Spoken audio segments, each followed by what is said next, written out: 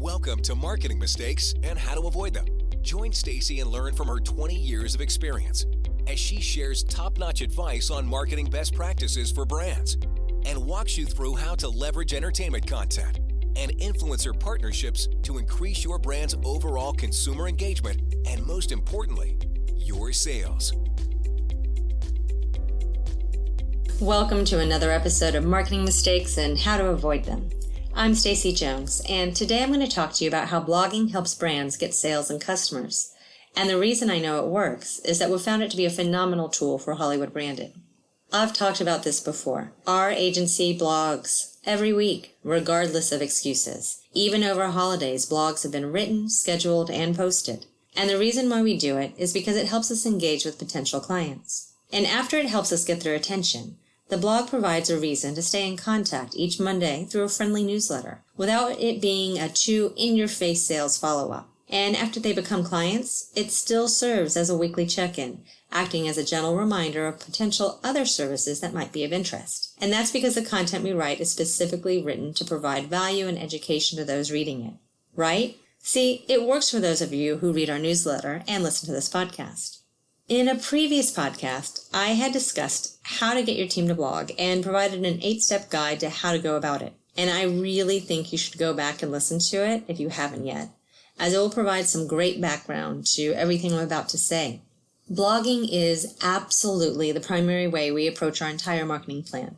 Everything is built around the blog, in that the content we write about goes on to live a life in so many other places and continues to get remolded to help provide even broader education. And what I mean by this is that our blogs become the launching platform for videos, for podcasts, for ebooks, for infographics, and for social media posts. One little blog can have quite the extended life when it's done from the purpose of creating educational value. At this point, we've been doing it since 2012, and it's gotten us a tremendous amount of client leads and actual business. When I say our blogs are the core of our marketing program, that in itself is limiting, as our blogs are core to the absolute essence of our agency. And the reason why is that we put so much value on education, knowledge, and how-to ability that the team itself is constantly driven to learn, grow, and contribute, while also teaching our clients how to better understand the current influencer and branded content marketing opportunities that constantly emerge in our socially driven and connected screen landscape. Back in October 2016, we had just under 4,000 blog views a month. I know this because our blog software, HubSpot, tracks all that data at a click of a button. And so does Google, actually. But the details we get from HubSpot are better as we publish from that platform. Going back a further year, and in October 2015, we were getting 1,000 blog views a month. And our first blog, where I wrote one time per week, and by the way, I thought that was a crazy amount at the time, and now our team publishes at least 4 or 5 times each week. When we go all the way back there, all the way to blogs written back in late 2012, I think for the year, we had something like 150 views total, or something silly like that. And quite frankly, I was happy with that then. And now? Well, currently we range somewhere between 12,000 to 17,000 readers, depending on the month. And we're still trying to figure out the jumps that have occurred here and there, and how to keep the blog in front of as many on-target people as possible. Google changes its algorithm, and all of a sudden you can have more or less, literally overnight. So it's taken time to get to a point where we're at now, where we do have a significant number of monthly readers. And it was a slow crawl before we started seeing massive growth. So how did we get that magic massive growth? And, quite frankly, we're always ready to keep on growing. But here's the thing, the whole secret sauce. How you are going to make sure your blog is successful is this. Are you ready for it? The more you blog evergreen content, the more the blog builds viewers. So it really is in part content that people want to read, and the other part, all tenacity. And there's no surefire way to find success and know if what you write is going to be really continuously read by anyone. Because it all comes down to keywords that are typed in by the searcher online, and having phrases you talk about in your blog, which are called long-tail keywords, being close enough to those phrases that they're searching that your content's pulled up. Because if they can't even find you, then no one is going to have the chance to give you a read. One blog we wrote a couple of years ago, which I continue to build on, has an average traffic of over 4,000 views a month alone on it right now. That single blog gets a major amount of our traffic. And the next one to that has just under 2,000 readers every month. And then the third most read blog is just around 1,000 readers every month. And then it goes down to 813 readers for the fourth most popular blog, and then really quickly drops down to 300 readers, and then rapidly down to just 100 or so viewers per blog. And some blogs on a monthly basis maybe have a couple of dozen. And that is okay. I love the fact that some of our blogs only get a few dozen reads each month, because many times those are the brands and agencies who reach out to us after reading and who want to actively engage in conversation. They looked up very specific keywords to a problem that they were trying to solve. And after all, we are a niche specialty agency. Not everyone reading online is going to be a potential client. In fact, most of the people reading our blogs that have major views each month are not even prospective client material, because those super popular blogs happen to have keywords that apply to what a lot of people are looking for, including consumers who we really have no interest in selling to.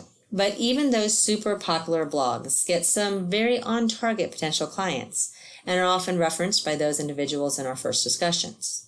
And regardless of the potential of the success of the blog, we typically only have a handful that are super top performing. And even when we replicate the topic and try to expand upon it, that magic isn't typically found. So it's just about keeping that content coming in. And we do have a few surefire wins, such as whenever we write about the Kardashian-Jenner clan and their brand partnerships, or celebrities and Super Bowl commercials each year.